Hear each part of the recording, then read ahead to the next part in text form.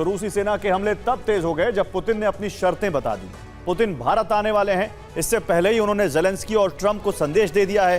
Putin हमला तभी रोकेंगे, युद्ध विराम तभी होगा जब पुतिन चाहते हैं वो जो उन्हें मिलेगा। सवाल यही है कि आखिर पुतिन को यूक्रेन से क्या चाहिए? अगर ज़ेलेंस्की ने पुतिन की शर्तें नहीं मानी तो इसका परिणाम क्या हो सकता है? इन सवालों का जवाब दे रही है हमारी ये एक्सक्लूसिव रिपोर्ट। 4 दिसंबर 2025 यानी 6 दिन बाद रूस के राष्ट्रपति व्लादिमीर पुतिन भारत आ रहे हैं। इस दौरे के दौरान पुतिन और नरेंद्र मोदी में हाई प्रोफाइल मीटिंग होगी।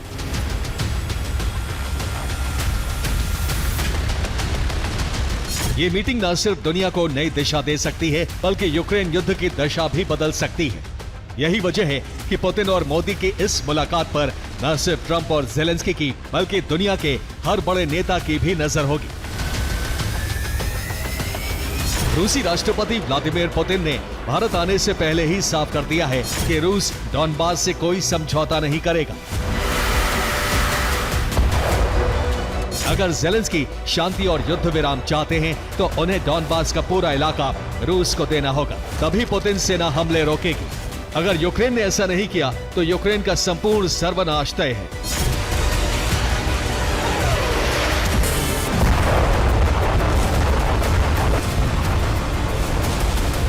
पुतिन ने शर्त रखी है कि जिन इलाकों पर रूस का कब्जा है, अगर वहां से यूक्रेनी सैनिक लौट जाएं तो तुरंत युद्ध खत्म हो सकता है।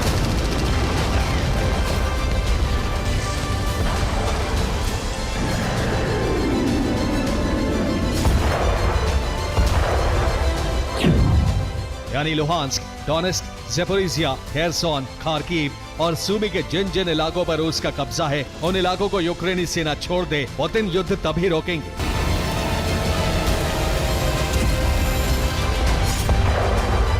हालांकि पुतिन की प्रमुख डिमांड डॉनबास है, यानी लुहांस्क और डोनेस्क। अगर ये दोनों प्रांत रूस को मिल जाते हैं तो पुतिन हमले रोकने के लिए तैयार हैं, लेकिन यूक्रेन ने साफ कर दिया है कि वो अपनी 1 इंच जमीन भी नहीं छोड़ेगा।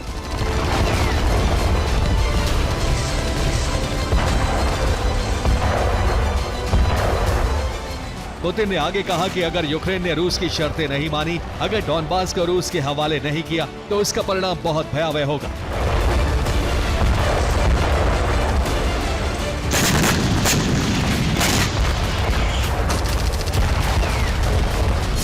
पुतिन ने ऐलान किया कि अगर ज़ेलेंस्की ने डॉनबास नहीं दिया तो रूस का कब्जा अभियान और तेज हो जाएगा। रूस पूरे पूर्वी यूक्रेन पर नियंत्रण कर लेगा।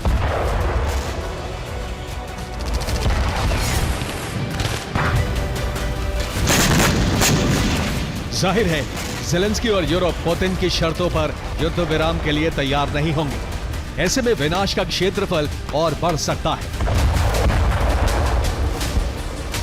पुतिन ने साफ कर दिया है कि अगर रूस को डॉनबास नहीं मिला तो रूस सैन्य ताकत के जरिए यूक्रेन में अपने सभी लक्ष्य हासिल करेंगे।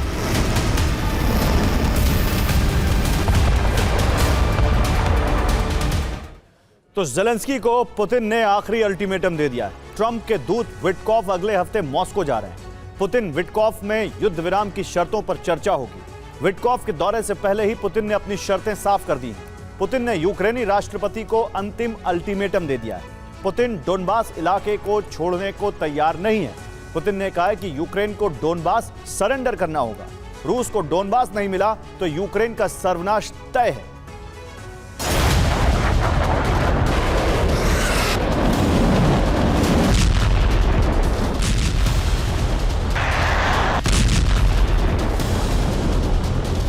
पुतिन का अल्टीमेटम मिलते ही यूक्रेन और यूरोप का संयुक्त षड्यंत्र शुरू हो गया।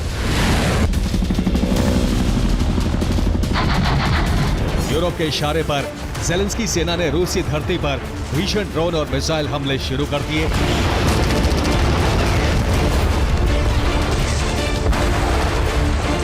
यूक्रेन ने सारातोव में रूसी ऑयल रिफाइनरी पर ड्रोन हमला किया।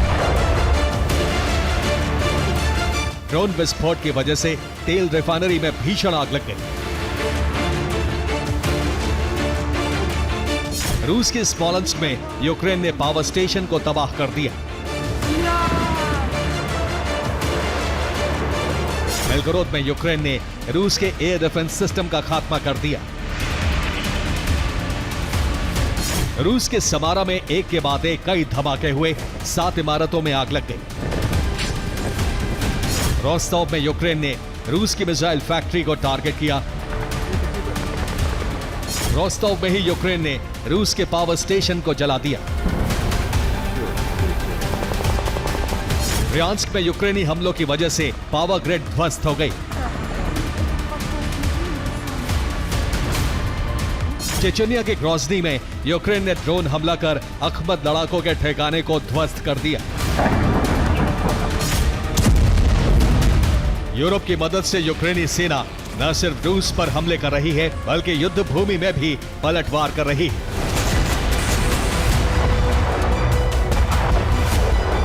ज़ेपोरिजिया में यूक्रेनी फोर्स ने रूस की कमांड पोस्ट को ध्वस्त कर दिया। डोनेट्स्क में रूस के 2 ठिकानों का खात्मा हो गया। खार्किव में यूक्रेनी फोर्स ने रूस के हथियार गोदाम को टारगेट किया, तो सूमी में यूक्रेन ने रूस के फील्ड कमांड सेंटर को तबाह कर दिया। दरअसल भीषण हमले कर यूरोप और यूक्रेन पुतिन को एटमी हमला करने के लिए उकसा रहे हैं।